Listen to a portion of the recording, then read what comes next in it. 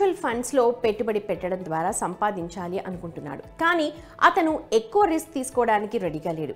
హిరెన్ తన ఆర్థిక సలహాదారునికి డయల్ చేశాడు. హలో సార్, ఎలా ఉన్నారు అని అడిగాడు. బాగానే ఉన్నాను హిరెన్ భాయ్, చెప్పు ఎలా ఉన్నావు, ఈరోజు మీకు ఎలా గుర్తుకొచ్చాను నేను అని అడిగాడు. సార్, నిజానికి నేను మిమ్మల్ని ఒకటి అడగాలనుకుంటున్నాను. ఈ రోజుల్లో స్టాక్ మార్కెట్ వేగంగా అభివృద్ధి చెందుతోంది. నేను మ్యూచువల్ ఫండ్స్లో డబ్బులు పెట్టుబడి పెట్టాలనుకుంటున్నాను, కానీ ఎక్కువ రిస్క్ తీసుకోలేను. ఈ సిచ్యువేషన్లో మీరు నాకు హెల్ప్ చేయాలి. అరే, అంత కంగారు పట్టడానికి ఏముందన్నాడు రాజేష్. ఆర్బిట్రేజ్ మ్యూచువల్ ఫండ్స్ ఉన్నాయి అన్నాడు. దీనికి హిరెన్, ఆర్బిట్రేజ్ ఫండ్సా, ఇదేదైనా పక్షి పేరా ఏంటి అని అడిగాడు. రాజేష్, దీనికి నేను మీకు వివరిస్తాను. నిజానికి ఇవి హైబ్రిడ్ కేటగిరీ మ్యూచువల్ ఫండ్స్.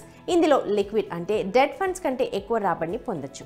దీంతో హిరెన్, ఆర్బిట్రేజ్ ఫండ్స్ అంటే తక్కువ రిస్క్లో కూడా సంపాదించడం, అవేంటో, అవి ఎలా పనిచేస్తాయో మీరు చెప్పగలరా అని అడిగాడు.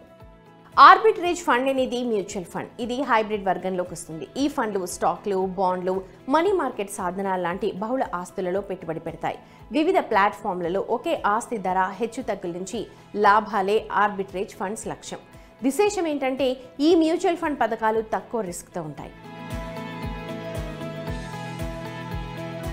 ఆర్బిట్రేజ్ ఫండ్స్లో పెట్టుబడి వేగంగా పెరుగుతుంది. మ్యూచువల్ ఫండ్స్ పరిశ్రమ సంస్థ AMFI తాజా డేటా ప్రకారం ఆర్బిట్రేజ్ ఫండ్ల నిర్వహణలో ఉన్న నికర ఆస్తులు డిసెంబర్ 2022లో 74,722.26 కోట్లు. డిసెంబర్ 2023లో ఈ AUM 1,34,220.64 కోట్లకు పెరిగింది. ఇది ఒక ఏడాదిలోనే 80% పైగా పెరిగింది. సెబీ నిబంధనల ప్రకారం ఆర్బిట్రేజ్ ఫండ్లు ఆర్బిట్రేజ్ వ్యూహాన్ని అనుసరించాలి. ఈ పథకాలు మొత్తం ఆస్తులలో 65% ఈక్విటీ సంబంధిత సెక్యూరిటీలలో పెట్టుబడి పెట్టాలి. ఇక విశేషం ఏంటంటే ఈ మ్యూచువల్ ఫండ్ పథకాలు తక్కువ రిస్క్తో ఉంటాయి. ఆర్బిట్రేజ్ అంటే వివిధ ప్లాట్ఫామ్లలో ఒకేసారి ఒక సెక్యూరిటీని కొనడం, విక్రయించడం. దీనివల్ల రిస్క్ లేకుండా లాభం పొందొచ్చు. ఉదాహరణకి, ఒక ఫండ్ మేనేజర్ క్యాష్ మార్కెట్లో ₹100 విలువైన షేర్లను కొనుగోలు చేసి భవిష్యత్తులో అదే షేర్ ధరను ₹102 అయితే అతను భవిష్యత్తులో అదే షేర్లను విక్రయించడం ద్వారా ₹2 లాభాన్ని పొందుతాడు. ఆర్బిట్రేజ్ ఫండ్స్, డెట్ లేదా మనీ మార్కెట్ సాధనాల్లో మీరు 35% వరకు పెట్టుబడి పెట్టొచ్చు.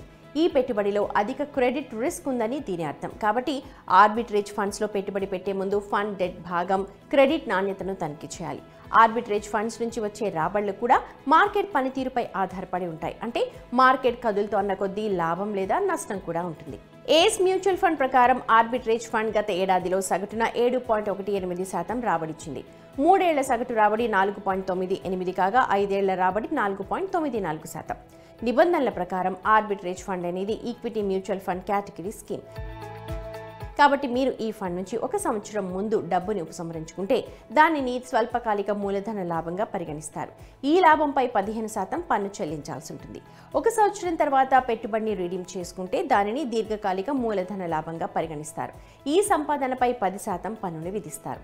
అయితే ఈక్విటీ సంబంధిత పెట్టుబడుల నుంచి సంవత్సరానికి వచ్చే ₹1,00,000 వరకు దీర్ఘకాలిక మూలధన లాభాలపై పన్ను ఉండదు. అంతకు మించిన ఆదాయాలపై పన్ను చెల్లించాల్సి ఉంటుంది. ఆర్బిట్రేజ్ ఫండ్లు తక్కువ రిస్క్తో స్వల్పకాలిక పెట్టుబడులపై మెరుగైన రాబడిని కోరుకునే పెట్టుబడిదారుల ప్రమాణాలకు అనుగుణంగా ఉంటాయి.